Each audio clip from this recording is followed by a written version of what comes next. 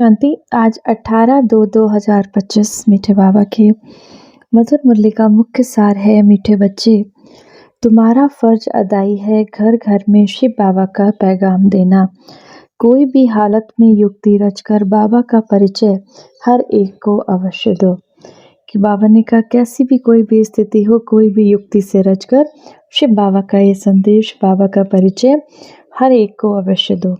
प्रश्न है, तुम बच्चों को किस एक बात का शौक रहना चाहिए? उत्तर, जो जो नई पॉइंट्स मुरली के माध्यम से हमें मिलती हैं उनको अपने पास नोट करने का शौक रहना चाहिए, क्योंकि इतने सब पॉइंट्स याद रखना मुश्किल है। नोट्स लेकर फिर कोई इसको समझाना है, ऐसे भी नहीं कि लिखकर फिर कॉपी पड़ी रहे। जो बच्चे अच्छी रीति समझते हैं उन्हें नोट्स लेने का बहुत शौक होता है। ऐसा नहीं बाबा कहते फिर नोट्स पे लिख दिया फिर उससे पढ़ा नहीं, उसको रिमाइंड करना है, उसको धारण करना है। तो जो बच्चे अच्छी रीति से समझते हैं उन्हें नोट्स लेने का बहुत शौक रहता है। गीत है आज की मुरली से, लाख जमाने वाले। धारणा के लिए मुख्य सार है, पहला नंबर, सदा खुशी में रहे हम सत धर्म की स्थापना के निमित्त हैं। स्वयं भगवान हमें पढ़ाते हैं, हमारा देवी देवता धर्म बहुत सुख देने वाला है। दूसरा, माली बन कांटों को फूल बनाने की सेवा करनी है।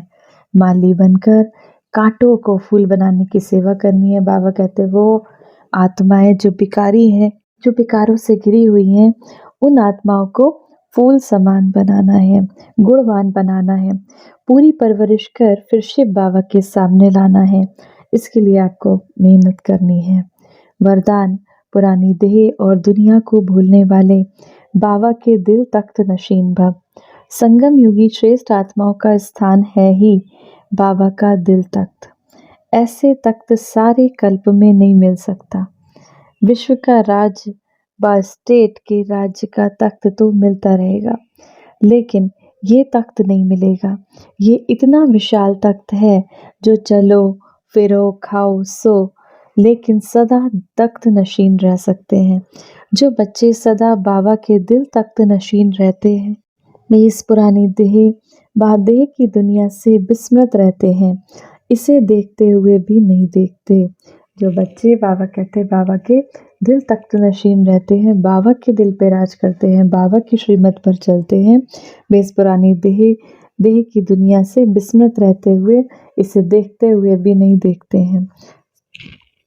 स्लोगन है, हद के नाम मान शान के पीछे दौड़ लगाना अर्थात परछाई के पीछे पड़ना। हद के नाम मान शान के पीछे दौड़ लगाना, बाबा कहते हैं, अर्थात परछाई के पीछे पड़ना।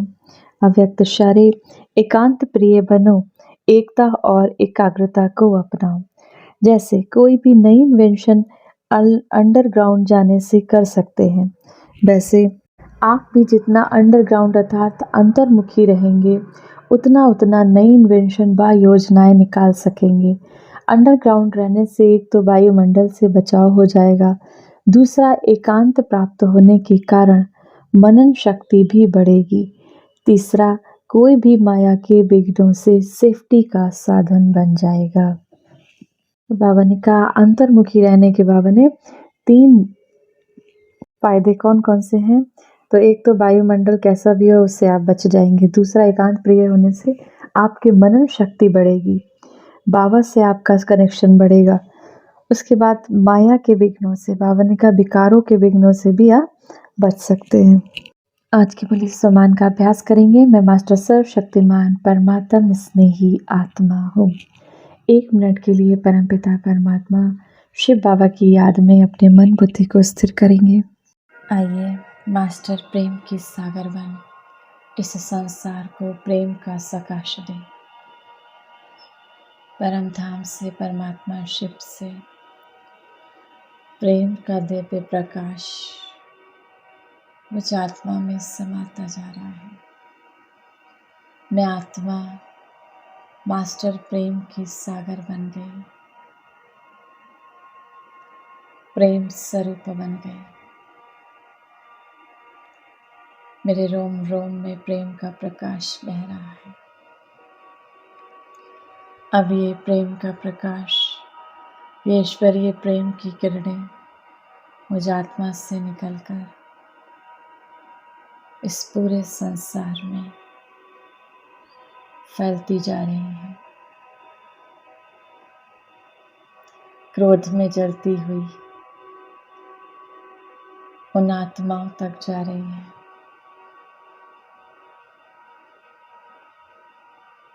वो आत्माएं प्रेम से भरपूर हो गई।